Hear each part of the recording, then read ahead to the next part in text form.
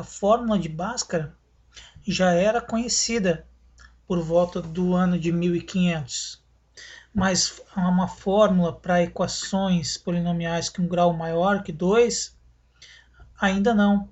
E a busca por uma fórmula parecida com a de Bhaskara, que funcionasse para equações de grau maior, desafiava os matemáticos da época em concursos, inclusive. Aí, agora, vamos acompanhar um raciocínio que conduz a uma fórmula para raízes de equações de grau 3.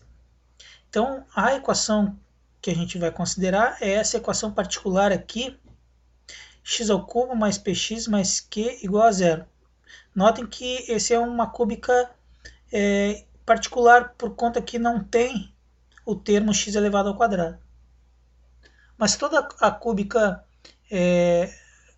com termos completa, ela pode ser reduzida a essa forma aqui. Mas vejamos, para a gente encontrar então as raízes dessa equação, vamos utilizar de uma igualdade bem conhecida, que é a do binômio de Newton com o expoente 3. Então, a mais b ao cubo. Então, se a gente efetuar a mais b vezes a mais b vezes a mais b, a gente chega desse lado aqui, a ao cubo mais 3a ao quadrado b mais 3ab ao quadrado mais b ao cubo. Então, uma fórmula que a gente sabe que é verdadeira, e a gente manipulando algebricamente essa fórmula, a gente obtém essa igualdade aqui de baixo, que foi simplesmente colocar o 3ab em evidência no lado direito dessa igualdade. E colocando todos os termos para o mesmo lado da igualdade, a gente então tem essa última expressão aqui. Então essa aqui é uma expressão que ela é verdadeira por conta que ela é simplesmente uma maneira de um outro jeito de escrever essa primeira linha aqui, a mais b ao cubo. Então, a partir desta linha aqui, a gente, comparando com a equação, a gente vai poder então encontrar essa fórmula. Então agora eu vou escrever só a equação e essa expressão, as duas juntas aqui. Então, a ideia aqui é a seguinte: se a gente conseguir encontrar dois números reais, A e B, tais que essas duas linhas aqui fiquem idênticas, então a gente vai acabar, quando somar o A com o B, encontrando a raiz dessa equação aqui em cima. Vejam só. Este termo Q, que é o termo independente da equação, ele vai estar relacionado com essa parcela aqui, menos A ao cubo mais B ao cubo. O P vai estar relacionado com menos 3AB. E o X vai estar relacionado com A mais B. Ó, veio X ao cubo, A mais B ao cubo. Então, se a gente encontrar A e B tais que menos 3AB, ó, menos 3AB é igual a P, e menos A ao cubo menos B ao cubo é igual a Q, quando eu somar esse A com o B,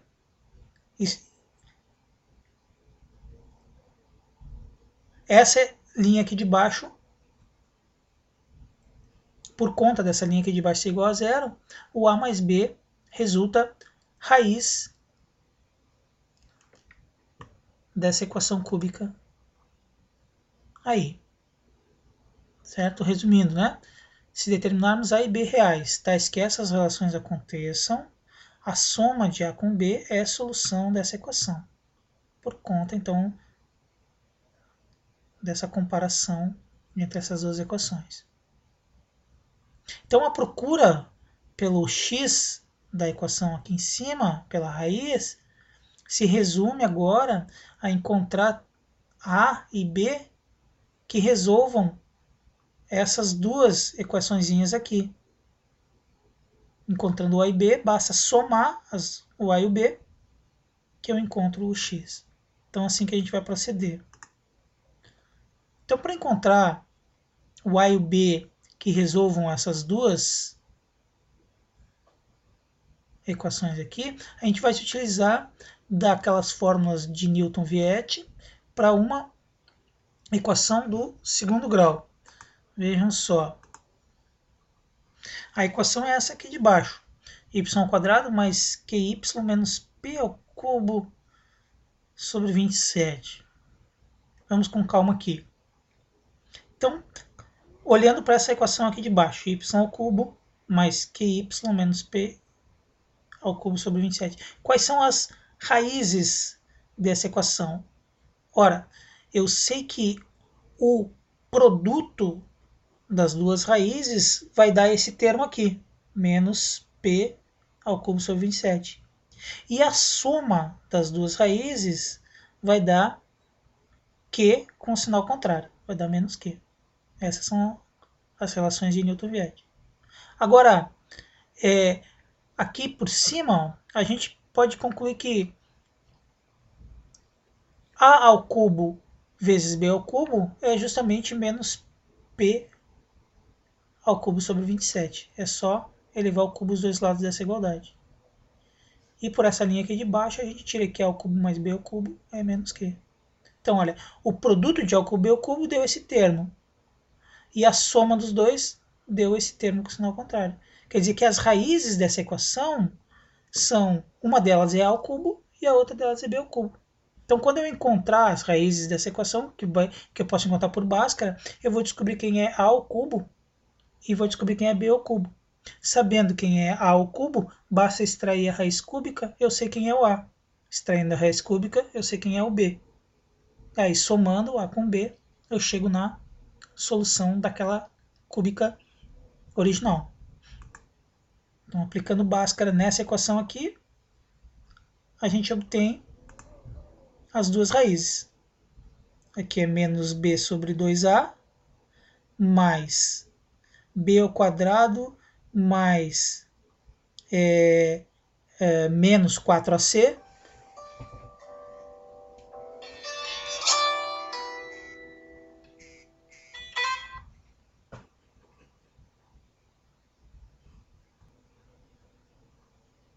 então surgiram as duas raízes aqui por Bhaskara.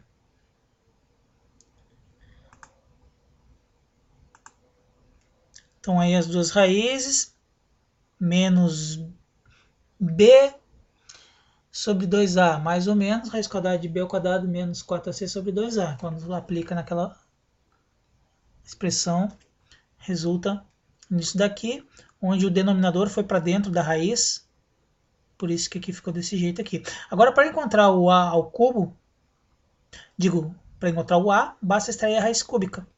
Então, aqui eu tenho quem é que é o A, e aqui eu tenho quem é que é o B. Aí, para encontrar a raiz da equação cúbica, tem que somar os dois, A mais B. Então, x igual a mais B, que é essa soma aqui. Então, essa aqui seria uma espécie de fórmula de Bhaskara para equações cúbicas, onde resulta uma raiz. Certo? As outras duas, aí tem que continuar fazendo as contas para encontrar.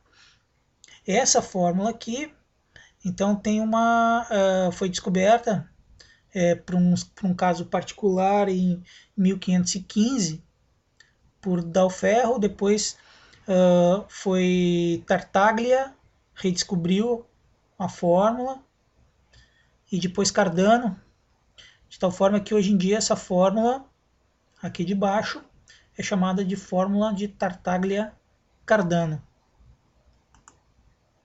Então, uma cúbica desse tipo aqui, eu coloco o P no lugar dele aqui na fórmula, o Q no lugar dele aqui na fórmula, e encontro, então, uma raiz, desde que as raízes quadradas envolvidas aqui sejam números positivos.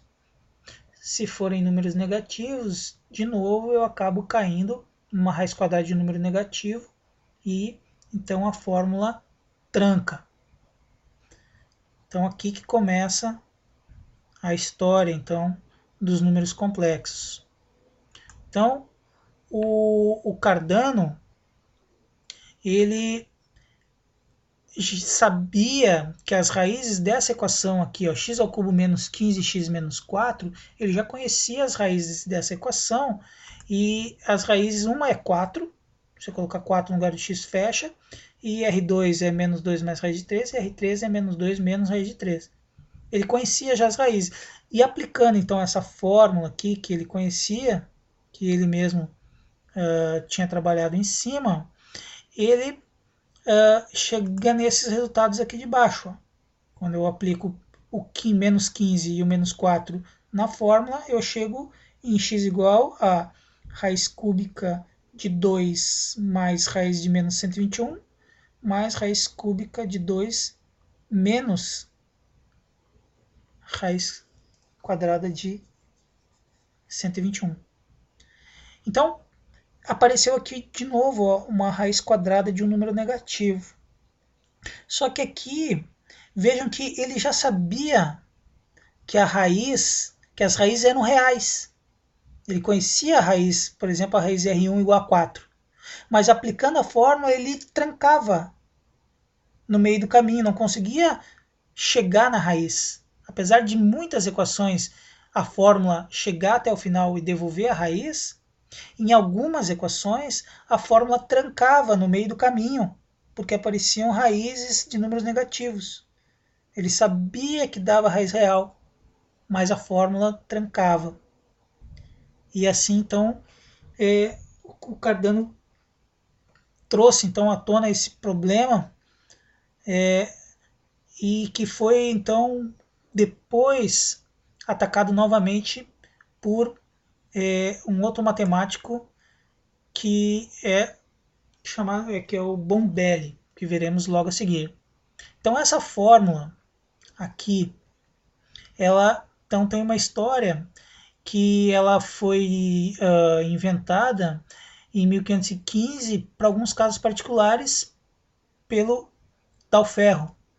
Depois, vários anos depois, o Tartaglia redescobriu a fórmula e os dois mantinham em segredo essa fórmula porque eles usavam em concursos de matemática na época, onde tinham prêmios em dinheiro, e então eles mantinham em segredo a fórmula. Mas depois, então, o Cardano ele conseguiu descobrir e generalizou, inclusive para cúbicas gerais, e publicou num importante tratado de matemática que é conhecido hoje por Ars Magna, em 1545.